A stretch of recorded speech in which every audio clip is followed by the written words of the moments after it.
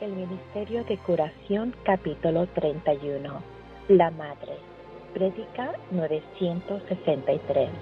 Adelante, Pastor Diego Zapata, el tiempo es para usted.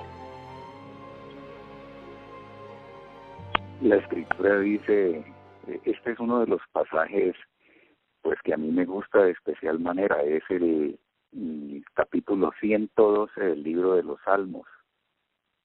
Tal vez he hecho mención al mismo capítulo ya muchas veces, ¿no? A mí me encanta, me gusta también el Salmo 116, pero dentro de lo que queremos discutir en el día de hoy, yo quiero señalarles el Salmo 112.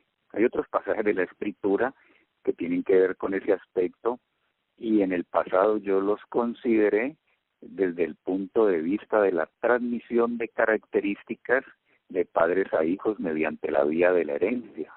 Es decir, yo veía en ellos genética, pero considerando últimamente eso y en la luz de este capítulo del Ministerio de Curación, tuve que llegar a la conclusión que no solamente son factores hereditarios, sino también de orden estrictamente ambientales. En otras palabras, el individuo es el resultado de la herencia, pero también de la manera, en este caso, como la madre se prepara para el engendro con antelación, siguiendo rigurosamente principios, una vida sencilla, consecuente, ordenada, tranquila, y luego teniendo en cuenta los periodos embrionarios, prenatales, y luego aparece el infante entonces que vendría a ser, o sea, el neonatal, ¿no?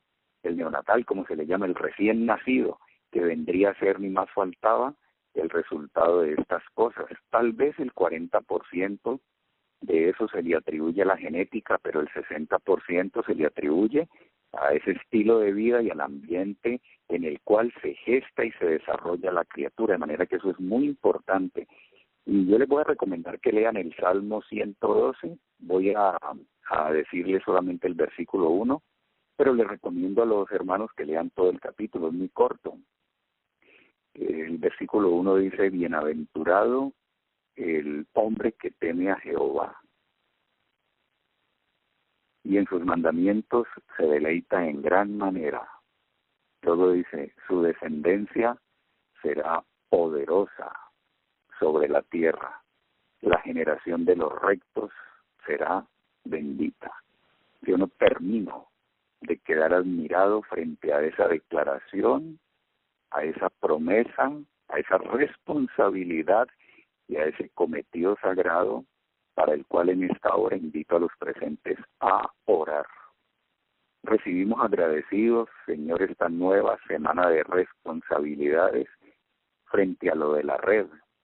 Gracias porque esto es un privilegio, escuchar tu voz cada día, recibir sencillos consejos, exponernos a tus recomendaciones.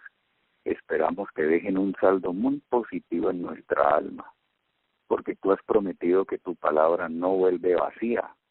Así que recibimos en ti, Señor, la oportunidad, suplicamos que nos ayudes en ti a ser suficientes y que cada una de las cosas que han de brotar en el día de hoy tengan de alguna manera una respuesta para los hermanos y por ende para los corazones que de manera incesante esperan la contestación del cielo. Señor, muchas gracias por tu disposición para escucharnos, bendecirnos, y gracias porque todo eso tiene un firme principio, que es el amor, un amor que nunca se marchita. Danos tu bendición y guíanos por medio de tu Espíritu y ayúdanos, Señor, a amarte con toda el alma. En el nombre del Señor Jesús lo pedimos y lo agradecemos. Amén.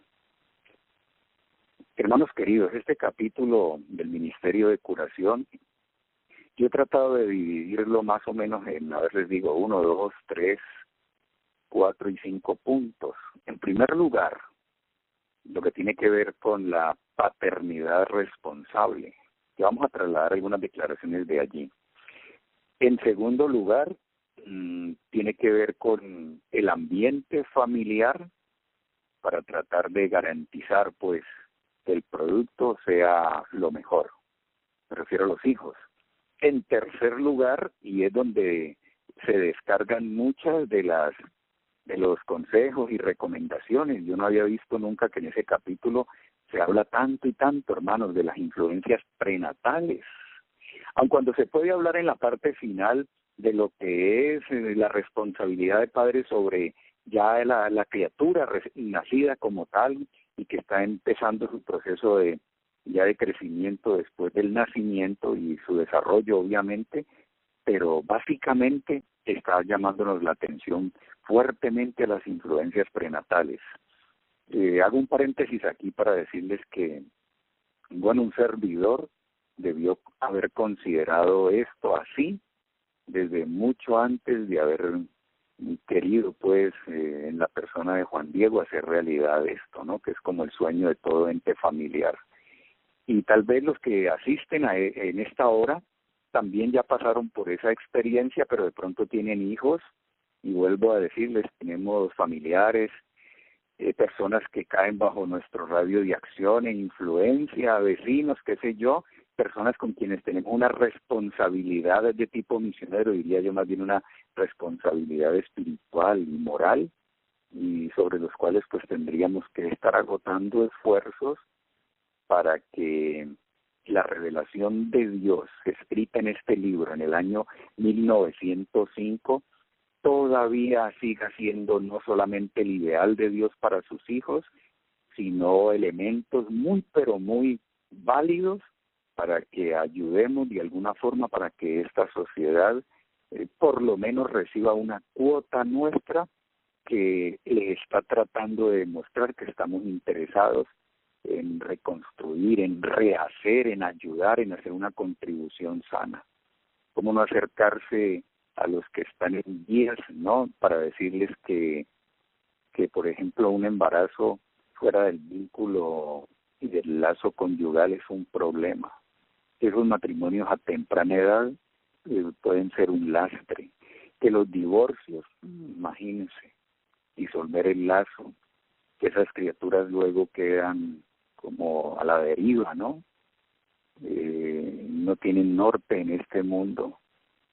En fin, cada una de estas cosas, y a los que de una manera más seria y tal vez responsable quieren contraer nupcia y prepararse para ser padres, pues entonces de una forma muy, como por esa vía de afecto, ¿no? De amor, de cariño, de querer hacerles el bien, entonces uno trasladar cada una de estas cosas. Así que el tercer punto tendrá que ver justamente con eso, de las influencias prenatales. Insisto que hubiese tenido que haber leído esto mucho antes, pero bueno, el punto 4 es lo que tiene que ver con los hábitos de la salud en la vida de la madre gestante, y finalmente lo que tiene que ver con el estrés, el trabajo y la sobrecarga mientras se pasa por esa experiencia de la vida. Entonces vamos a empezar en este momento la primera página del capítulo. A ver, hermanos, tengan su libro en la mano. Por favor, invito a la clase para que tengan el ejemplar allí. Y entonces la primera página, en el mío está en la 287, nos hace un llamado muy sentido, muy profundo, para tomar en serio la paternidad. Este es un llamado como patético que nos hace el Señor. Tomen en serio la paternidad. Este es un asunto en el cual no se debe pensar ni considerarlo con ligereza. Justamente Elena White dice, los padres y las madres deben comprender su responsabilidad. Y luego dice, el mundo está lleno de trampas para los jóvenes. Y sigue desarrollando esa idea, ¿no? Voy a permitirme leer un pedacito más, pero dejo para que ustedes vuelvan a considerar el párrafo, porque quiero relacionar con algunos otros que señalan nuestra responsabilidad y que se encuentran contenidos aquí. Dice, muchísimos, hablando de los jóvenes, son atraídos por una vida de placeres egoístas y sensuales, y ellos no pueden discernir los peligros. De manera que antes de concebir y antes de hacer el vínculo matrimonial, se nos pide una madurez psicológica, espiritual, por lo menos psicológica, espiritual en algún sentido, hasta del aspecto intelectivo y, ¿por qué no?, desde el punto de vista económico. No se pueden dar estos pasos de una forma irresponsable, no se pueden hacer a la ligera. Hay que considerar lo que resultará de todo esto. ¿Qué espécimen será el que vamos a arrojar a esta sociedad? ¿Qué contribución haremos? Entonces, es un clamor, padres y madres, comprendan su responsabilidad. Y lo que leímos en el Salmo, ¿no? Si ustedes son juiciosos con esto y atienden la recomendación de Dios y viven vidas consecuentes, coherentes, de la mano del Señor, el Señor promete, visitaré entonces, haré misericordia hasta millares de los que me aman y guardan mis mandamientos y los obedecen. El Salmo 112 dice, su descendencia será poderosa sobre la tierra. Yo a menudo, hablando de estos puntos, le pregunto a los padres, ¿qué es lo que ustedes más quieren en este mundo? ¿Qué es lo que un hombre más ama, si no es la vida de sus hijos? Entonces les llamo inmediatamente a esa declaración del libro de Deuteronomio, cuando el Señor dice, ojalá quien viera que tuvieran tal corazón, que me temiesen y guardasen todos los días mis mandamientos, para que a ellos y a sus hijos les fuese o les vaya bien para siempre. Este es el primer paso, que está realmente sustentando la responsabilidad paterna. Es decir, que el hombre, antes de llegar a esas instancias, debiera estar estrechamente relacionado con Dios. Solamente Dios puede de alguna manera desmentir la corriente de la genética y señalarnos un estilo de vida y factores ambientales para que tratemos de sacar partido, a pesar de los 6.000 años de herencia ya que nos condena, de sacar partido de todo eso solamente por la bendición de Dios. Porque la única manera de que una maldición se convierta en una bendición es si Dios está presente. Lo único que yo conozco que transforma el dolor en triunfo y en sonrisas es si Jesús está incluido. Él es, desde todo punto de vista, el que sabe pararse sobre una coyuntura para prodigar bendiciones cuando todo empezaba de una manera deprimente, pesarosa y poco halagüeña. De manera que en ese sentido, nuestra responsabilidad debería hacernos a nosotros proyectarnos de alguna manera hacia el futuro y luego a la eternidad debido a la responsabilidad que tenemos en este sentido. Así que este párrafo de la página 287 clama, padres y madres, ejerzan una responsabilidad, una paternidad con responsabilidad, no tomen eso a la ligera, comprendan lo que ha involucrado, comprendan y disciernan su responsabilidad. De este mismo punto vamos a trasladarnos ahí en el libro, antes de continuar la discusión, a la página 291, segundo párrafo. 291, segundo párrafo, y está reforzando el asunto de la responsabilidad, señalándolo también como un honor. Así que los padres somos transmisores de vida, de alguna manera participamos en el hecho creativo. Dios nos ha hecho a nosotros depositarios, digamos, de ese don, pero tiene que asumirse con responsabilidad y considerado así, dice aquí, será un honor. Imagínense las madres que allá en aquel momento de la coronación y de la entrega de las recompensas, vean a sus hijos que de hinojos se postran ante Jesús y dicen que fueron las madres las responsables de lo que ellos fueron en esa vida, de su trasegar por la misma, porque lograron establecer unas pautas pero muy sólidas y unos criterios verdaderamente responsables para hacer que ahora esas criaturas estén en la presencia de Jesús sin temor ni vergüenza. Yo, hermano, soy el resultado de tal madre. Yo quisiera que mi hijo también dijera lo mismo en algún momento y que eventualmente fuese el tuyo. Yo oro por los hijos de las madres de la red que se fueron.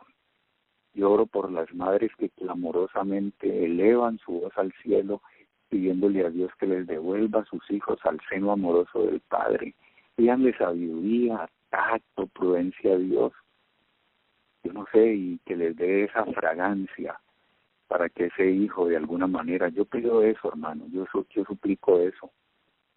Pero como ahora la línea avanza en otra dirección, hago también, yo como que les imploro, ¿no? Yo imploro desde estas líneas que se considere la responsabilidad, si hay jóvenes oyéndome, que consideren la responsabilidad que hay, o si hay madres aquí que tienen futuros planes de gestación, reconozcan esto como una responsabilidad, pero también como un honor. Y luego dice, y madres, por estar, oigan esto, hermanos, lo sensible que es, hermanos. Esto es patético. Y madres, por estar como en vez de Dios ante sus hijos. ¿Cuál es la imagen, no? Según el mandamiento de Éxodo 20, la imagen, no te harás imagen. Esto se traslada inmediatamente a la imagen que como padres proyectamos. Así que si entendemos debidamente eso y tenemos una vivencia clara, íntima, con la palabra y con el Señor, eso será un honor.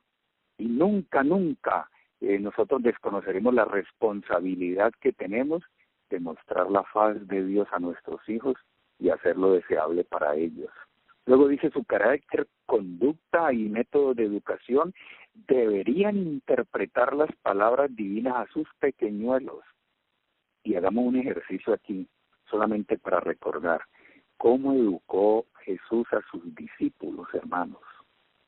¿Cómo educó Jesús a sus discípulos? Esta es una pregunta retórica, es una pregunta que se queda sin respuesta, que apela a la reflexión de todos. Parece que no hay un único interlocutor y entonces no se demanda una respuesta. Es una pregunta retórica. ¿Cómo educó Jesús a sus discípulos? De la misma manera haríamos nosotros si entendiéramos esto para educar a los nuestros. Elena White sostiene mediante el trato. Hermanas, ceño fruncido.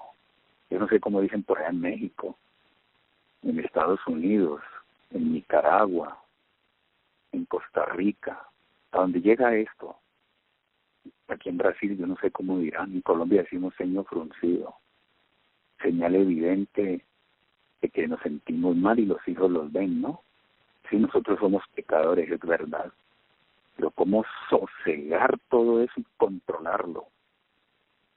A tal punto, pues, que el carácter, la conducta y los métodos de educación que implementamos en favor de ellos interpreten la palabra divina a sus pequeñuelos. Esta mañana tuve una experiencia tan bonita, muy bonita, hermanos. Y esas son las experiencias que se quedan, hermanos, en el corazón y en la vivencia. Yo inclusive creo, eso fue mientras estaba despertando a estudiar, ¿no? Y a orar por ustedes, hermanos, y por este proyecto, y por mi familia, y por mi hijo, y por todo, hermanos, por todo. Y entonces como que en un momento uno siente que hay una oportunidad de dormir un poco más. Tal vez el reloj biológico me despierta muy temprano, más que de costumbre, y se eleva la oración. Hay una como un llamado interior para que duerme un poco más, pero de repente brilló una impresión, hermanos, no les exagero. Fue tan bonito, hermanos, tan hermoso. Sentí el cielo muy cerca de mí, o yo muy cerca al cielo. Porque el hoy dice que el Señor no desciende a nosotros, sino que nos eleva a su presencia mediante la oración de fe. Y la impresión, yo no quiero que la olviden, no la olviden nunca. Ojalá que haga la impresión que me hizo a mí. Fue muy sencilla, así, hermanos. Pedid y se os dará. Qué remanso dejó en mi alma eso. No, hermanos, yo empecé este día de manera triunfal, con paso firme y actitud dinámica y elástica, confiado. Pedid y se os dará. Tengo un Padre. me oye, me escucha. Yo también digo con Job, ¿quién me diera el saber dónde hallar a Dios? Hagamos uso y hagamos valer ese recurso y pidamos hoy una vez más. Señor, ayúdame, ayuda a los míos, ayúdame a entender mi responsabilidad, ayúdame a no perder el control, que mis hijos te vean, Señor, que no brote la impaciencia, aquí está, la paciencia, que mis hijos deseen el hogar. Yo voy con Juan ahí, hermanos, en el vehículo, vamos a obra misionera. Yo guardo silencio esperando que la influencia trascienda y lo toque. Y una vez llegamos al Congreso de la Costa, el de mitad de año, este año que concluye casi. Y él tuvo una intervención allí dirigiendo algunos himnos, le hizo un llamado a la congregación y al final se me acercó una hermana y me dijo, hermano, yo nunca había visto eso, ojalá que sea así, hermanos, ojalá tenga esto un trasfondo convincente. Me dijo, hermano, vemos que tu educación y tu compañía con el Hijo en todo esto ha trascendido, porque lo que dijo y como oró, así lo enseña. Yo no había visto eso. ¿Será verdad? Oro por esa criatura todos los días. ¿Cómo hacer para que Él te vea, Señor, en mí? El Señor esta mañana pida y se le dará. Yo pedí más de Jesús, sabiduría, que mi vida estile sabiduría, que mi vida sea no la letra, sino la palabra ambulante, y yo comprenda mi responsabilidad y la asuma, pero entienda que hay un privilegio y un honor. Padres, no se salgan de casillas, no pierdan el control, pídanle al Cordero que se encarne para que sus hijos vean la manifestación de Dios en ustedes, en nosotros. La influencia de los padres, dice aquí, ganará, oigan bien, ganará, subrayen, hermanos, tomen su Biblia y subrayen. La influencia de los padres ganará o ahuyentará la confianza de los hijos en la promesa del Señor. Este trozo está inmerso no solamente en el capítulo, sino en el libro del Ministerio de Curación. Y nos está diciendo a nosotros por qué Dios desapareció de muchas vidas y de muchos lugares y no se manifiesta. Porque sencillamente los jóvenes no recibieron esto. Más abajito dice, después de un subtítulo que tiene, ¿no? Allí, la línea dice, dichosos los padres cuya vida es un reflejo fiel de la vida divina. Estamos hablando del primer punto apenas. Cómo comprender nuestra responsabilidad y no asumirla a la ligera. Aquí dice, dichosos los padres cuya vida es un reflejo fiel de la vida divina, de modo que las promesas y los mandamientos de Dios despierten en sus hijos gratitud pero reverencia. Dichosos los padres cuya ternura, justicia y longanimidad interpreten fielmente para el niño el amor, la justicia y la paciencia de Dios. Cuando su hijo lo interpele, de alguna manera descomedida, eleve su alma al cielo y diga, ¿cómo pues haría yo este grande mal y pecaría contra Dios? No abandone su identidad. Hermano de la clase, no pierdas tus puntos de referencia. Tu visión es parcializada, limitada, estrecha es la mía. Pero Dios tiene una visión de conjunto. Y al revelarnos el asunto, nos está diciendo estrategias de redención para las criaturas nuestras. Qué felicidad será participar y contribuir así, no solamente a esta sociedad, sino también a los hijos. No pierde el control. Todo es posible en Cristo. Todo. Dichosos los padres que al enseñar a sus hijos a amarlos y a confiar en ellos y a obedecerles, también les enseñan a amar a su Padre Celestial, a confiar en Él y a obedecerle.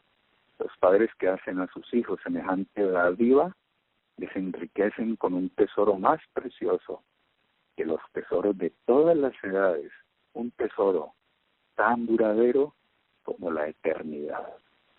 Les dije que de este punto 1, que atañe a nuestra responsabilidad, y no solamente desde el punto de vista de las influencias prenatales en el proceso de gestación, sino también las influencias prenatales antes de la gestación y posteriormente, cuando ya el neonato se encuentra desligado de esa intimidad del regazo de su madre donde fue gestado.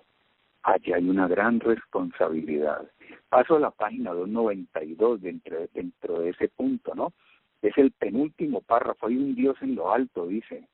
Pero yo quiero salvar las líneas por el tiempo y detenerme aquí, ya considerando lo post, no solamente lo prenatal, sino también lo postnatal, es decir, cuando ya ha nacido.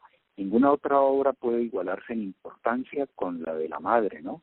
Porque este capítulo le dedica mayormente, ¿verdad?, los consejos a ella. La madre no tiene, a semejanza de un artista, figura hermosa alguna que pintar en un lienzo, dice.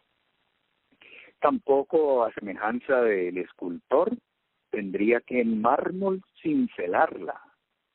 Mucho menos como cualquier escritor, ¿no?, poner pensamientos románticos, líricos o hacer uso de una retórica en este sentido, ¿no? No son pensamientos nobles expresados con palabras, y tampoco como el músico. Aquí ya le compara como el músico. Miren las figuras que utiliza, con algún hermoso sentimiento en melodías. No es la nota más alta, tampoco en este sentido. Y es concluyente. La tarea de la madre es desarrollar, con la ayuda de Dios, la imagen divina en un alma humana. Dios bendiga a las señoritas de nuestros hogares que tienen ilusión de casarse y de gestar, ¿no? Dios las bendiga. Deberíamos orar mucho por eso. Dios nos bendiga en nuestro trabajo misionero, de tal manera que podamos aconsejar sabiamente en esos hogares a donde vamos. Que por nuestra circunspección, hermanos, y nuestro apego a las cosas de Dios, nos crean. Y tenga, pues, sea eficaz el trabajo. Dios bendiga a nuestros hijos que se encuentran en esa tónica y nos ayuden a nosotros a orientar consejos y sabias recomendaciones para que este ideal de Dios sea una bendita realidad en sus vidas. ¡Qué responsabilidad! Abandonando el punto de la responsabilidad, que obviamente es lo que cobija todo lo demás del capítulo, no es el marco establecido. Pasamos entonces al punto número 2 para la clase. Punto número 2, anotaríamos, diría yo de la siguiente manera: la competitividad del ambiente familiar, hermano, un ambiente familiar competente, incluido por supuesto el estilo de vida, asegurarán y garantizar un desarrollo saludable de la criatura, desde el punto de vista físico, desde el punto de vista de la salud mental, emocional, que es lo que me preocupa tanto, pero también desde el punto de vista de lo moral y de su carácter. Si la genética nos predispone al mal, ¿cómo hacer ahora para que en las vivencias de la palabra ahora de alguna manera predisponga para pelear con éxito las batallas contra el pecado y para ponerse en favor de la justicia?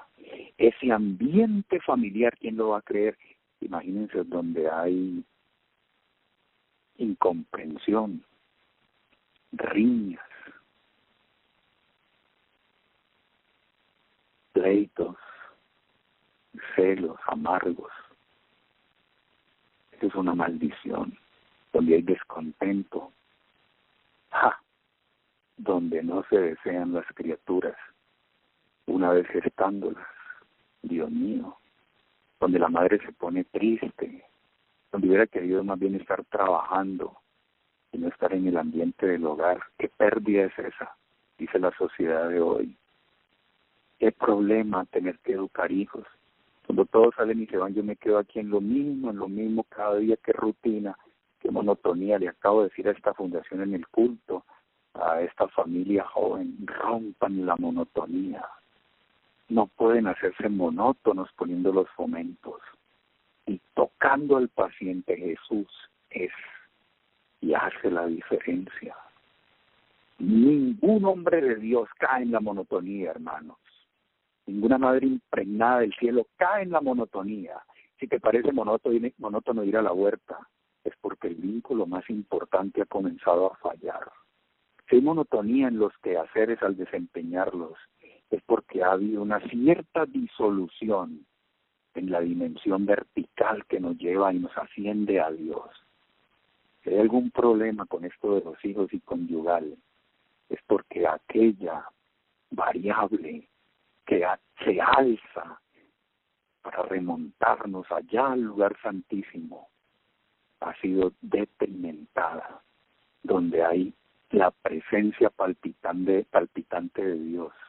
No puede haber eso. Todos estos detalles, si ustedes pueden sumar los demás, si han gestado, ya saben cómo es la cosa. Todos estos detalles ofrecerán un ambiente realmente familiar interesante, lógicamente el estilo de vida, y repito, asegurarán y garantizarán un desarrollo saludable en la criatura. Página 287 para respaldar eso.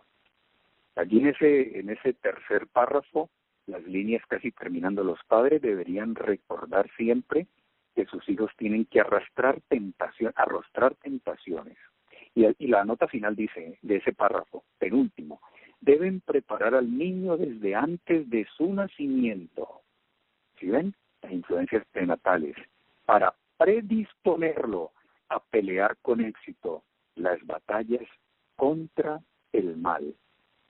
Y otra página, la página siguiente que le da brillo a este asunto. Después del subtítulo Templanza y dominio propio, segundo párrafo de esa sección, digamos así, dice: muchos padres creen que el efecto de las influencias prenatales es cosa de poca monta. Repito, muchos padres creen que el efecto de las influencias prenatales es cosa de poca monta, pero el cielo no lo considera así. El mensaje enviado por un ángel de Dios y reiterado en forma solemnísima merece que le prestemos atención. Hablando de cómo se educó a Sansón: no bebas vino ni sidra, ni cosa inmunda. Y así esas madres hebreas a quienes se le hicieron recomendaciones explícitas. Vuelvo a la declaración introductoria para el análisis del capítulo de hoy, que brotó de las piezas poéticas de la Escritura, como es Salmo 112:1. Bienaventurado el varón que teme a Jehová, el hombre que teme a Jehová. Recuerden que hay hombres genéricos para referirse a él y a ella, y en cuyos mandamientos se deleita en gran manera. Su descendencia será poderosa sobre la tierra. Recapitulo: 1. En serio, la responsabilidad y la paternidad. 2. El ambiente familiar que ofrecemos, incluido el estilo de vida. Y 3. A partir de lo de las influencias prenatales. Punto número 3. Dice aquí en la página 287, primera línea, último párrafo. Oigan esto, porque es que ya les voy a decir lo que la línea sostiene. Pero antes déjenme hacer un paréntesis. Anoche se celebraba el culto en esta casa y mi hermano lo estaba adelantando él. Generalmente yo lo hago en la mañana y él o ellos se encargan de hacerlo en la noche. Entonces una de las personas que ha llegado es hija de una familia adventista. Tal vez ella lo fue, pero se ha retirado. Tiene un puesto muy importante dentro de la nación, aquí en Brasil. Y mi hermano estaba hablando de las palabras dichas contacto y todas esas cosas. Y leyó una parte de los proverbios donde dice que donde hay una mujer rencillosa, eso es realmente como una maldición, ¿no? Ustedes recuerdan el texto: me escapa textualmente ahora. Inmediatamente la mujer lo interpeló y dijo: no, eso es machismo. Eso es machismo, porque el hombre y mi hermano le dijo: claro, espérate un momento. Y ahora señaló como en otras partes del mismo libro de los Proverbios también hablaba del hombre indómito. No era solamente la mujer que era rencillosa, también se refería a él. Una sonrisa como de complacencia, de satisfacción, se dibujó en su rostro porque vio que se incluía a ambos. Pero nosotros lo vamos a sacar de ese marco. Nosotros no tenemos la limitante que tiene la cultura machista de esta sociedad. Tratamos de entender el contexto bíblico y entonces desde ese punto de vista, trascendiéndolo todo, sin quedarnos limitados en que yo la mujer y el hombre, ¿y dónde está lo de él? Simplemente vamos a escuchar la voz de Dios. Aquí Elena White dice, y es lógico porque tú eres quien lo gesta, hermana, no soy yo. Página 287, último párrafo, primera línea, esta responsabilidad recae principalmente sobre la madre. Sí, el padre tiene su responsabilidad y ella lo discute aquí, ustedes lo vieron, pero ella se realmente espacia en lo que concierne a la madre como quiera que ella es quien lo sostiene en su vientre y luego lo amamanta. Porque aquí dice, con su sangre vital va a nutrir al niño. Dice que formará su armazón física, le comunicará influencias intelectuales y espirituales que formarán la inteligencia y el carácter del bebé. Y luego señala como ejemplo a Jocabed, de la madre hebrea de fe robusta que no temía el mandamiento del rey, fue la mujer de la cual nació Moisés, el libertador de Israel. Siempre dicen, ¿no? Un aforismo popular, tal vez, que detrás de un gran hombre siempre hay una gran mujer. Ana, la mujer que oraba, abnegada, movida por inspiración celestial, dio a luz a Samuel, esas madres sosegadas, tranquilas, que no pierden el control, que se mantienen en Cristo. ¿Cómo está esto repercutiendo? ¿Cómo está esto gestando y asegurando y garantizando un desarrollo saludable de la criatura? Y en la página 988, extendiendo esta idea, último párrafo, al hablar a la madre hebrea, Dios se dirige a todas las madres de todos los tiempos. Ha de guardar, dijo el ángel, todo lo que le mandé. Y luego dice Elena White, el bienestar del niño dependerá de los hábitos de la madre. Entonces, mis hermanos queridos, dentro de ese tercer punto, responsabilidad materna y femenina, considerando las influencias prenatales, entonces me permito decirles que esto incluye no solamente un sencillo estilo de vida, que ella sostenga y viva una vida descomplicada, por ejemplo, rural, sin tanta afectación, sin tanta elaboración, sin tantas cosas sofisticadas y elitistas, sencillo, y asimismo su vida y su carácter, anclado en principios. Y hermanos y hermanas, sin explosiones emotivas que rompen llanto de repente. Pareciera que estrógenos, progesterona, adrenalina, como que la controlan y la dominan, y de repente se pone miedosa, se pone depresiva, está angustiada y ansiosa. Dice, típico del embarazo. Pero Dios no quiere decir esto aquí. Los factores hormonales pueden incidir, pero el hombre es llamado por la gracia de Dios a estar por encima de eso, y si no, ¿quién nos controla? O perdió el lóbulo frontal el control. Las explosiones emotivas, y ahora volvemos a la página 288, eso afectará no solo emocionalmente al niño, sino también físicamente, y por lo tanto redundará sobre su personalidad. Genera, hermanos, una condición de estrés por la aparición de la adrenalina, que ocasionará también una hiperactividad en esa criatura. Y lógicamente determinará más adelante las conductas emocionales del niño.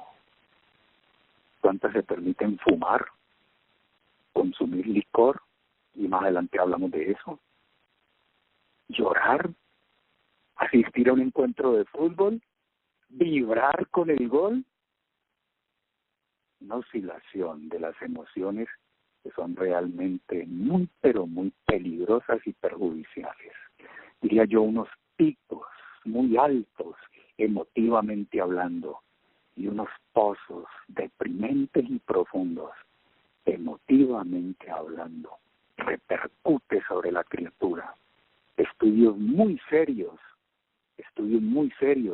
expresan con sobradas razones que esa emotividad mientras se gesta, no solamente en los estadios embrionarios, diría yo, sino también prenatal y desde antes de la concepción, pueden estar determinando el estado emocional y el desarrollo de este aspecto en la vida de un niño. Y Elena White dice, el bienestar del niño dependerá de los hábitos de la madre. Vuelvo a la 288, ella tiene pues que someter sus apetitos y pasiones al dominio de los buenos principios. Y hay algo que ella debe rehuir, algo contra lo cual debe luchar si quiere cumplir el propósito de Dios, que Dios tiene para con ella, el darle un hijo. Sí, antes del nacimiento de si la madre procura complacerse a sí misma, oigan esto, si es egoísta, si es impaciente, imperiosa, esos rasgos de carácter se reflejarán necesariamente en el temperamento y en la psique de su niño. Y luego dice ella, así se explica, porque muchos hijos han recibido por herencia tendencias al mal que son casi irresistibles. Unas no lo quieren y lo hacen indeseable. A otras esto los lleva a querer abortarlos. Tal vez no dentro de nuestro medio, tal vez no. A otras, si no alcanzan el propósito de malograr esa vida, entonces una vez muy, muy pequeños, se desprenden de él y lo entregan al control y al cuidado, comillas, de otra maestra, aunque sí es maestra, porque lo va a educar, pero no para el bien. Y otras van un paso más allá, y sí es mortal como los anteriores. No les hablan de Dios y no señalan en su vida al bendito Creador. Ay, hermanos, Dios tenga misericordia, esto parece tan elevado. Muchas personas pueden estar pensando, el maestro, ahí el hermano Diego, está realmente idealizando demasiado el asunto, está elongando la norma, está llevando realmente un sitial supremamente alto. Nosotros somos hombres y mujeres de carne y hueso, estamos codificados y condicionados para responder a todo lo de este mundo y entonces ceder, inclinados al mal. ¿Qué otra cosa podemos transmitir? Dios nos dice en esta mañana, atrévete a abandonar tus determinismos. Si Dios lo ha escrito, los lomos de nuestro entendimiento deben estar ceñidos y aceptar esto por fe. Luego dice, si la madre se atiene invariablemente a principios rectos, si es templada, abnegada, bondadosa, pasible, altruista, va a transmitir a su hijo esos mismos preciosos rasgos de carácter, paternidad responsable. Jóvenes y señoritas, hermanas que piensan gestar, hermanos, esto no es cuestión de la emoción ni de un deseo. Esto es con criaturas racionales, inteligentes y con lóbulo frontal y una corteza cerebral. No es del instinto ni de la inclinación de los animales, es de hombres y mujeres creados a la imagen de Dios. Ese es el punto número 3. Nosotros podemos avanzar al punto número 4, que allí mismo en esa página se encuentra. Muy terminante fue la prohibición impuesta a la madre de Samson respecto al vino. Aquí está hablando y recomendando que las madres y los padres deberían, en este caso ella, debería tener sólidos hábitos de salud en la vida de esa madre gestante, a la de Samson. Prohibición respecto al vino, porque cada gota de bebida alcohólica que la madre toma para halagar el paladar compromete la salud física, intelectual y moral de su hijo, y es un pecado positivo contra el Creador. Los estudios han dicho con respecto a este punto, solamente con respecto al alcohol, sin considerar el tabaco y otras bebidas que pueden ser consideradas droga como el té y el café, es un comportamiento anormal de los niños que muchas veces puede coincidir con síntomas de autismo.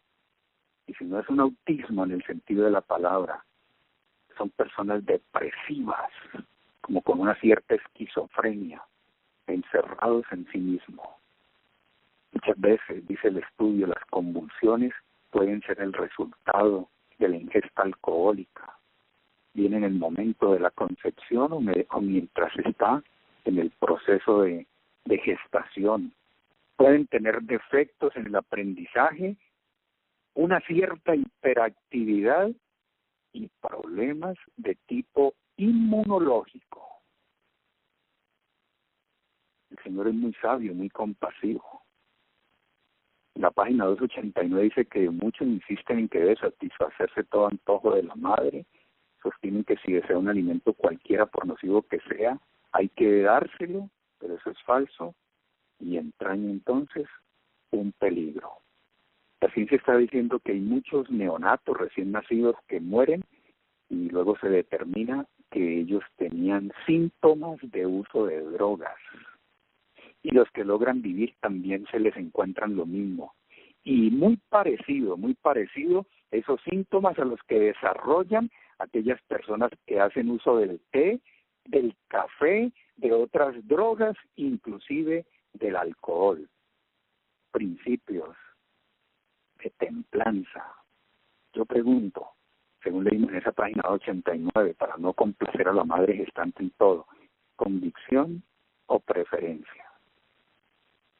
Y tal vez el último punto con el cual concluyo está allí, página 89, el exceso de trabajo que genera estrés. Entonces dice Elena White que hay que velar con cariño por las fuerzas de esa madre. En vez de permitirle que las malgaste en tareas agotadoras, hay que reducir sus cuidados y cargas.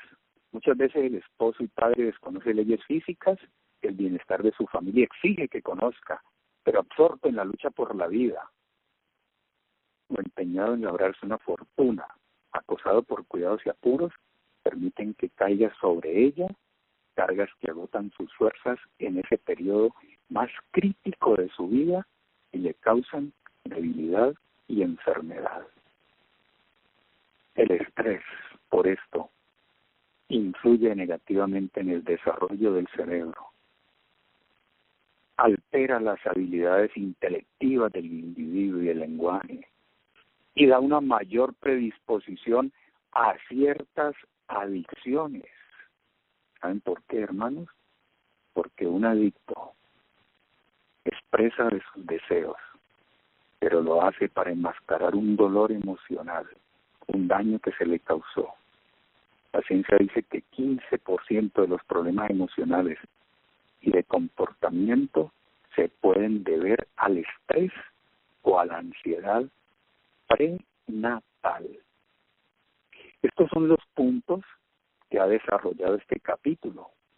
He pasado por alto, por cuestiones del tiempo, lo de la página 290 que tiene que ver con la alegría y el buen humor, pero creo que se infiere de todo lo que hemos dicho y en caso tal de alguna inquietud al respecto, cada uno lo puede leer. Voy a concluir entonces con el último párrafo con el cual se cierra la misma obra, pues, y la misma propuesta de este capítulo. La madre que aprecie esta obra considerará de valor inapreciable sus oportunidades. Por lo tanto, mediante su propio carácter y sus métodos educativos, se empeñará en presentar a sus hijos el más alto ideal.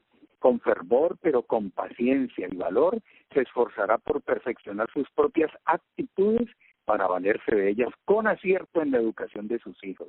Esto es sabiduría e inteligencia. A cada paso se preguntará con fervor, ¿qué ha dicho Dios? Estudiará su palabra con diligencia. Tendrá su mirada fija en el Señor, para que su experiencia diaria, en el humilde círculo de sus cuidados y deberes, sea reflejo fiel de la única vida verdadera. Qué hermoso es el Señor. Cuántos privilegios nos ha confiado, hermano. Cuántas prerrogativas nos ha dado al hacernos a nosotros transmisores de vida. Cuánta luz nos ha dejado en su palabra el Señor. Cuántas recomendaciones, cuántas directrices. Y también, hermanos, no puedo pasar por alto esto. Cuánto perdón nos ofrece si hemos cometido hierros y equivocaciones. Entendemos por su palabra que el resultado permanecerá, pero puede ser que la oportunidad hoy también esté servida para que de alguna manera tú y yo redimamos el tiempo, nos arrepintamos si es que hemos hecho mal y tratemos de enmendar ese error. Y a los que no han pasado por esta experiencia, responsabilidad. Es el clamor de Dios quien se hace eco de esto.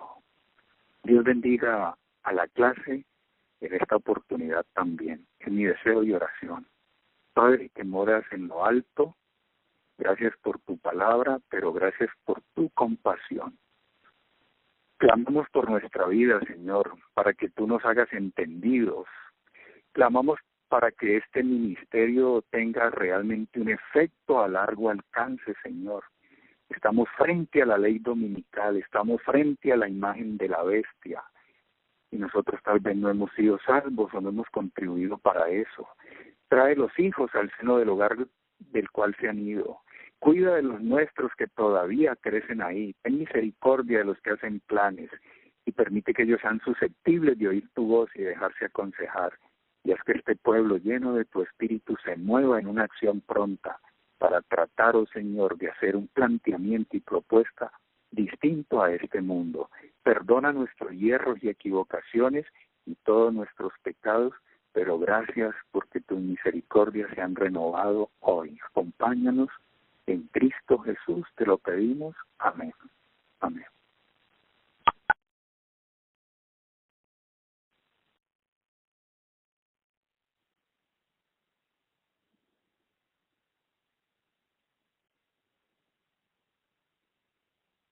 Muy bien. Tenemos 5 interrogantes muy bien planteados. ¿Hasta qué punto los hijos son reflejo de la madre? Trabajo todo el tiempo, estoy comprometida, tengo que ayudar, soy muy activa en la iglesia. ¿Qué será que debo hacer porque mando a mis hijos a la escuela? ¿Debo romper? El tercer interrogante, no soy maestra, pero soy ama de casa. De igual manera, ¿qué debe hacer esa madre? ¿Qué efecto tendrían las peleas en el embarazo? Y finalmente el de la hermana Virginia, no quieren oír.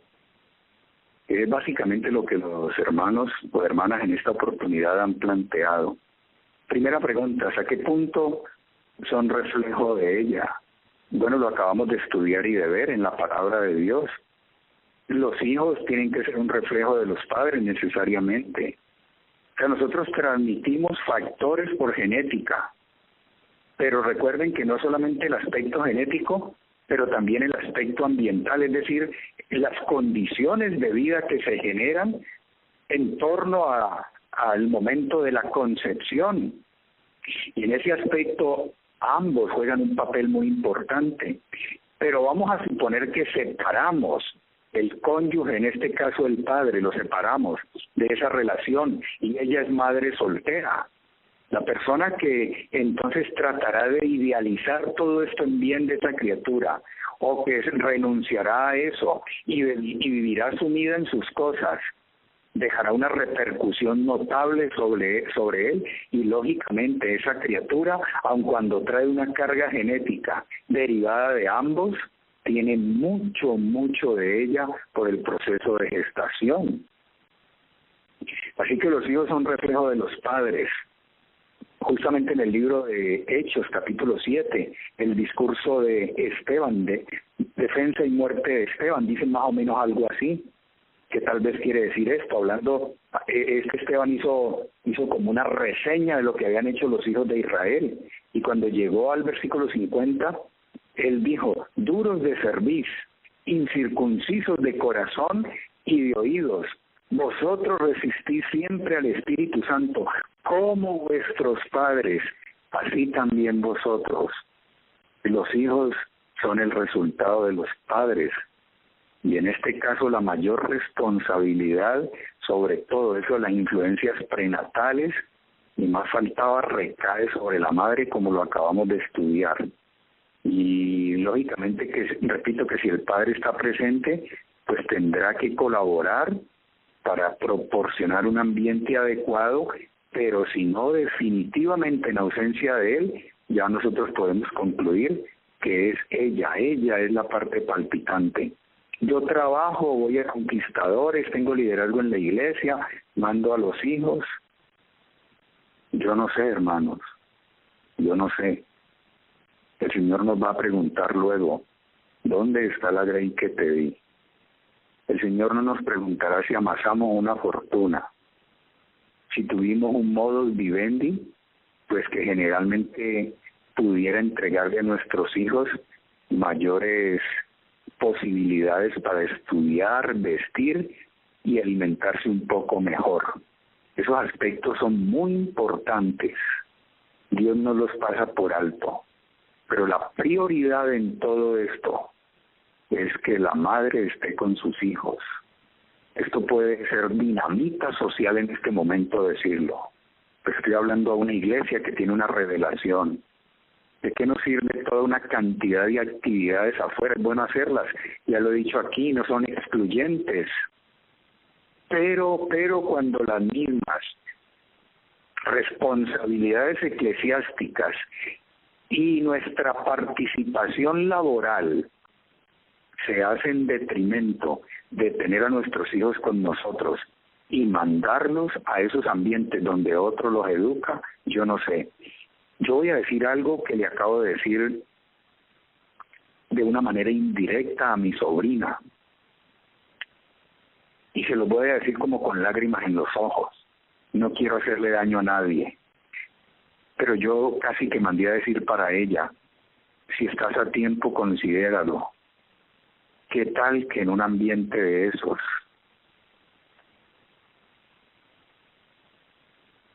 te manoseen el hijo, lo toquen, lo exploren?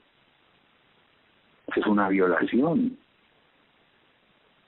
Y no tiene necesidad de ser el maestro. Tiene que ser el director.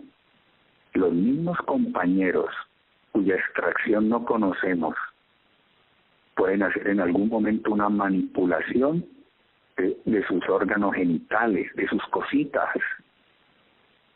¿Qué generará eso, hermanos? Yo casi que le quería decir a ella, no vaciles, porque está intentando sacarlo, no vaciles, sácalo de ahí, porque nosotros creemos que es solamente el fenómeno informacional como tal, es decir, lo que les enseñan entre comillas, porque eso no es enseñanza en el sentido bíblico, o tal vez, pero en otro aspecto.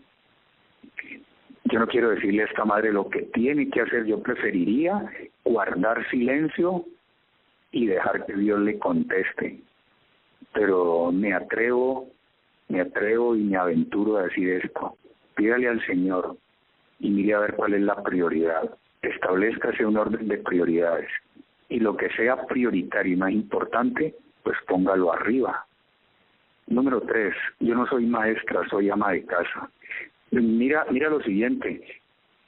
Yo conozco una dama por acá en el territorio colombiano de una zona de acá del centro del país. Es una mujer joven, eso sí, joven, de un gran temperamento, fuerte, tiene un par de niños, tiene el control completamente de su familia, tiene su esposo, son adventistas, casi que no habla bien, hermanos. Yo he hablado con ella largo y he notado dos cosas. Hay frases que no las elabora bien, casi que señal inequívoca de que no tiene un gran bagaje de escolaridad y de estudio. Número 1.